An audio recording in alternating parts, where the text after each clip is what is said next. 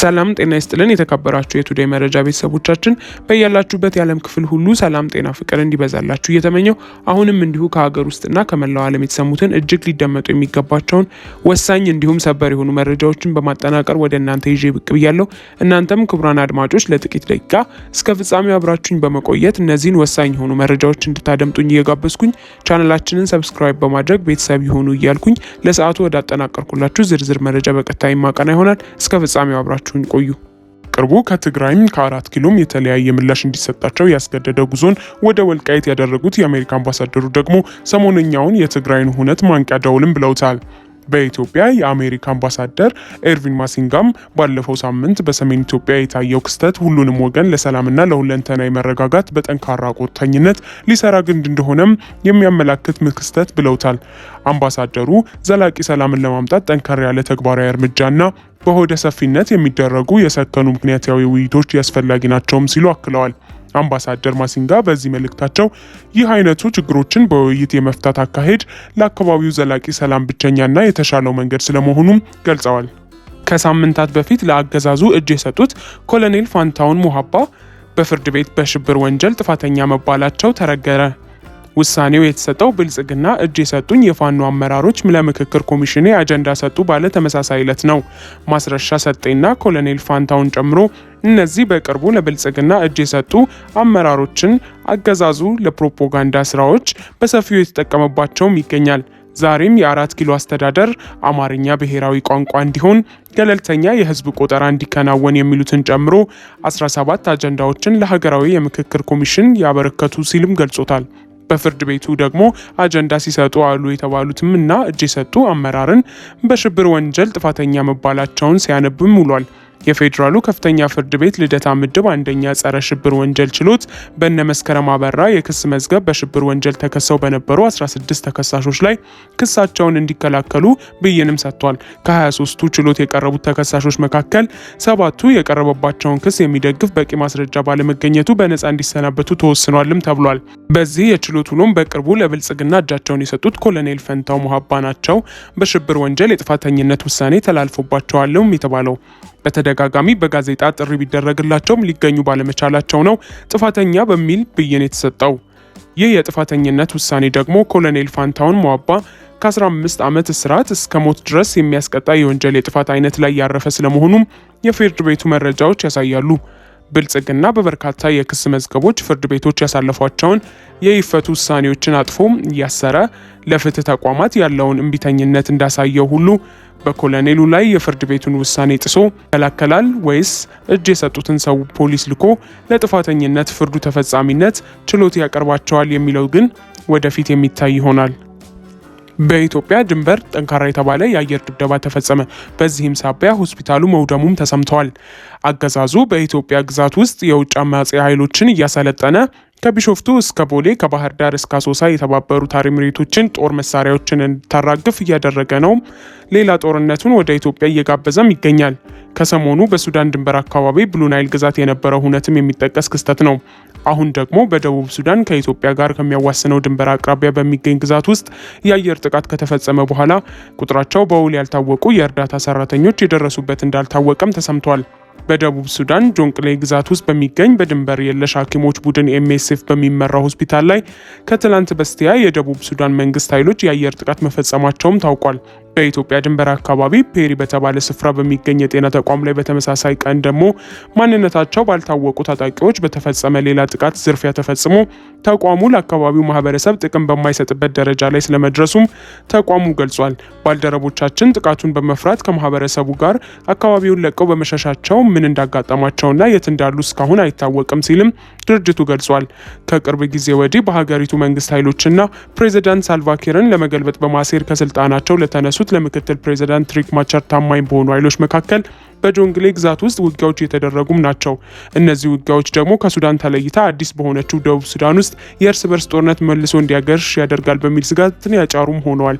ከፍተኛ የምግብ እጥረት ያለባቸው የደቡብ ሱዳን ክፍሎች መካከል አንዱ በሆነው ጆንግሌ ውስጥ ከፍተኛ የጤና አገልግሎት ፍላጎት ያለ ሲሆን ካለፈው ታህሳስ ወር ወዲህ በተደረጉ ውጊያዎችና የአየር ድብደባዎችም 280 ሺህ ይደርሳሉ የተባሉ ሰዎች መፈናቀላቸውን የተባበሩት መንግስታት ድርጅት ሪፖርትም ያሳያል። ኤምኤስኤፍ እንዳሳወቀው ከሆነ ከትላንት በስቲያ በተፈጸመው የመጀመሪያው የአየር ጥቃት ቀደም ብሎ ጥቃት ሊፈጸም እንደሚችል መረጃ ደርሶትም ነበር። በዚህ ምክንያት ከጥቃቱ ከሰዓታት በፊት ህመምተኞችን እና ሰራተኞችን ከሆስፒታሉ ለቀው እንዲወጡም አድርጓል። አንድ የሆስፒታሉ ሰራተኛ ቆስሏል። እንደዚሁም የሆስፒታሉ ዋነኛ መጋዘን በውስጡ ከነበሩ የህክምና አቅርቦቶች ጋር ወድሟልም ሲልም ድርጅቱ ባወጣው መግለጫ ጠቁሟል። ጥቃቱ የተፈጸመባት ጆንግሌ ውስጥ የሚገኘው ላንኬን የተባለው አካባቢም በመንግስትና በተቃዋሚዎች መካከል አዲስ የተቀሰቀሰው ውጊያ ማዕከልም ሆኗል። በጥቃቱ ወቅት የሆስፒታሉ ዋነኛ መጋዘን በመውደም የህክምና አገልግሎት ለመስጠት የሚያስፈልጉ በጣም ወሳኝ የሆኑ ነገሮችን አጥተናል ሲልም ድርጅቱ ያክላል። ከጥቃቱ ጀርባ ማን እንዳለ ወዲያውኑ የታወቀ ባይሆንም ኤምኤስኤፍ ግን በሀገር ውስጥ የአየር ጥቃት የመፈጸም አቅም ያለው የደቡብ ሱዳን ጦር ኃይል ብቻ ነው ሲልም የሀገሪቱን ሰራዊት ከሷል። ወደ ትግራይ የልዑካን ቡድኑ መላኩ ተሰማ። የአፍሪካ ህብረት ልዑካኑን የላከው በትግራይ ውጊያ ከተመዘገበና ህወሓትም ለንግግር ዝግጁ ነኝ የሚል መግለጫን ካወጣ በኋላ ነው። ከሰሞኑ ትግራይን ከአጎራባች አካባቢዎች ጋር በሚያገናኙ ስፍራዎች የነበረው የተኩስ ልውውጥና አገዛዙ ማዕከላዊ ትግራይን ጭምር የድሮንን ጥቃቶች መፈጸሙ መነጋገሪያ እንደነበርም የሚታወስ ነው። እነዚህን ጥቃቶችን ተከትሎ ህወሓትና የፌዴራል መንግስቱን ከዓመታት በፊት ካደራደሩ አካላት ውስጥ ቀዳሚ የሆነው የአፍሪካ ህብረትም ሁለቱም ወገኖች ወደ ንግግር እንዲመለሱ ጥሪ ማቅረቡ የማይዘነጋም። ህወሓትም ለአፍሪካ ህብረት ኮሚሽን በጻፈው ደብዳቤ ላይ ለሰላምና መረጋጋት ቁርጠኛ መሆኑን አሳውቆ እንደ ሁልጊዜውም ለንግግር ዝግጁ ነኝ ማለቱም አይዘነጋም። ይህንን ተከትሎም የአፍሪካ ህብረት ወደ ትግራይ ክልል ልዑካኑን መላኩን ገልጿል። በፌዴራል መንግስትና በህወሓት መካከል በፕሪቶሪያ የተፈረመውን የጦርነት ማቆም ስምምነትን አተገባበር የሚከታተለው የባለሙያዎች ቡድን ከእረፍት በኋላ ዳግም ለስራ መሰማራቱን ነው የአፍሪካ ህብረት የፖለቲካ ጉዳዮች ሰላምና ጸጥታ ቢሮ ይገለጻል። የባለሙያዎቹ ቡድን የስምምነቱን አፈጻጸም የመከታተል ወሳኝ ተግባራቸውን እንደገና ጀምረዋልም ብለዋል። የአፍሪካ ህብረት የፕሪቶሪያው የጦርነት ማቆም ስምምነት አፈጻጸምን የመከታተልና የማረጋገጥ ኃላፊነት የተሰጠው ተልዕኮን ይፋ ያደረገው በታህሳስ 2015 ነበረ። በዚህ ተልዕኮ ስር የተካተቱት ከኢትዮጵያ፣ ኬንያ፣ ናይጄሪያ እና ደቡብ አፍሪካ የተውጣጡ 21 ወታደራዊና የሲቪል ኃላፊዎች እንደነበሩም ይታወቃል። እነዚሁ ኃላፊዎች በቁጥጥር ከሚያደርጉባቸው ተግባራት መካከል በውጊያ የተሳተፉ ታጣቂ ኃይሎችን ትጥቅ እንዲፈቱ ማድረግ፣ እንዲበተኑ ማስቻልና ከህብረተሰቡም ጋር መልሶ ማዋሃድ የሚመለከተው ነው። አንደኛውም ነው። ቀጥሎ የሚነሳው ደግሞ ከቀያቸው የተፈናቀሉ ዜጎችን መልሶ ወደ አካባቢያቸው ማስፈር፣ ኢኮኖሚያዊና ማህበራዊ አገልግሎቶችን ዳግም ሙሉ በሙሉ እንዲጀመሩ ማድረግ፣ የሰብአዊ እርዳታ አቅርቦትን ማመቻቸትና የሰላማዊ ሰዎችን ደህንነት ማስጠበቅን የተመለከቱ ጉዳዮችም እነዚህ አካላት ክትትል እንዲያደርጉባቸው ኃላፊነት ተጥሎባቸዋል። ነገር ግን ከነዚህ ኃላፊነቶች መካከል ታጣቂዎች ትጥቅ ፈተው ወደ ማህበረሰቡ ሙሉ በሙሉ አልተቃቀሉም፣ የክልሉ ሰላምና ጸጥታ ጉዳይ ሙሉ በሙሉ አልተረጋገጠም፣ ተፈናቃዮችና የትግራይ ሉዓላዊ ግዛቶች ወደ ነበሩበት አልተመለሱም፣ የሰብአዊ እርዳታ አቅርቦቱም እንደሚያስፈልጋቸው ዜጎች ሙሉ በሙሉ አልደረሰም፣ በትግራይ ክልል የሚያስፈልጉ ማህበራዊ ማለትም እንደ ቴሌኮም፣ የባንክና ሌሎችም አገልግሎቶች በብልጽግና አገዛዝ ክልከላዎች የታቀቡ ሆነዋልና አፈጻጸሙ ከፍተኛ ጉድለት ያለበት ስለመሆኑም ማሳያዎች አሉ። 5 የቡድኑ አባላት ደግሞ አሁን ከሰሞነኛው ግጭት በኋላ መቀለ አሉላ አባነጋ አየር ማረፊያ መድረሳቸውን የአፍሪካ ህብረት በመግለጫው ላይም አመልክቷል። አሜሪካ የኢራንን ድሮን መታ ከጣለች በኋላ በወርቅ ዋጋ ላይ ለውጥ መታየቱ ተነግሯል። በሌላ በኩል በቱርክ ይካሄዳል የተባለው የኢራንና የአሜሪካ ድርድር ወደ ኦማን መዘዋወሩም ተሰምቷል። አሜሪካም በአረቢያ ባህር ላይ ወደሚገኘው አውሮፕላን ተሸካሚ መርከቧ በኃይል ሲቃረብ የነበረ የኢራንን ድሮን መታ መጣሏን መግለጿ መነጋገሪያ የሆነም ጉዳይ ሆኗል። ላይ ጥቃት የፈጸመው ዩኤስኤስ አብርሃም ሊንከን ከተባለው ግዙፉ የአሜሪካ የጦር መርከብ የተነሳ F-35 የተሰኘ የራዳር እይታን የሚያመልጠው ተዋጊ ጀት እንደሆነም የአሜሪካ ማዕከላዊ እዝ ቃል አቀባይ ተናግረዋል። እንደ ቃል አቀባዩ ገለጻ ከሆነ ራስን የመከላከል እርምጃ የተወሰደው አውሮፕላን ተሸካሚውን መርከብና ሰራተኞችን ለመጠበቅ ሲባል ነው። ሲበር የነበረበት ዓለም አቀፍ ግልጽ እንዳልሆነ የተነገረለት ድሮን በሚጠጋበት ወቅትም የአሜሪካ የጦር መርከብ ከኢራን የባህር ዳርቻ በግምት 805 ኪሎ ሜትር ርቀት ላይ እንደነበርም ተገልጿል።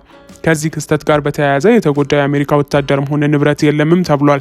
ይህ ሁኔታ የተፈጠረው በአሜሪካና ኢራን መካከል ያለው ውጥረት እየበረታ መሆኑን ተከትሎ ዋሽንግተን በቀጠናው ያላትን ወታደራዊ ኃይል እያጠናከረች በምትገኝበትም ወቅት ነው። ይህ የአሜሪካ እርምጃን ተከትሎ እያሻቀበ ባለው የወርቅ ዋጋ ላይም ሌላ የዋጋ ለውጥም ታይቷል። ባለሀብቶች እንደ ደህንነቱ የተጠበቀ መገበያያ የሚቆጥሩት ወርቅ አሜሪካም የኢራንን ድሮን መታ መጣሏን ካሳወቀች በኋላ ዋጋው ዳግም ከ$5000 በላይ ከፍ ብሏል።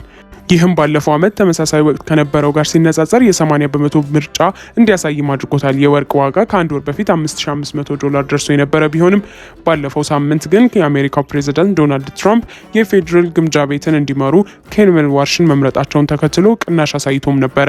ይህ በእንዲህ እንዳለ በአሜሪካና በኢራን መካከል ቱርክ ውስጥ ሊደረግ የነበረው ድርድር በኢራን ጥያቄ መሰረት ወደ ኦማን መዘዋወሩም ታውቋል። በሁለቱ ሀገራት መካከል የተፈጠረውን ወደ ጦርነት ያመራል የተባለነትን ውጥረት ለማርገብ ቱርክ ጥረት ስታደርግ ቆይታ ንግግሩ በዚህ ሳምንት ማብቂያ ላይ ኢስታንቡል ውስጥ እንዲካሄድ ግድ ተይዞም ነበረ። ነገር ግን ምክንያቱ ባልተገለጸ ሁኔታ ኢራን የድርድሩ ስፍራ ወደ ኦማን እንዲዘዋወር ያቀረበችው ጥያቄም የዶናልድ ትራምፕ አስተዳደር ተቀብሎታል። ውድ ቤተሰቦቻችን ለዛሬ ያዝንላችሁን እዚህ ላይ ቋጨን። ላይክ፣ ሼር፣ ሰብስክራይብ፣ ኮሜንት በማድረግ ለቻናላችን ድጋፋችሁን መስጠት እንዳትዘነጉ። ከሌሎች መረጃዎች ጋር በድጋሚ የምንመለስ ይሆናል። እስከዚያው መልካም ቆይታ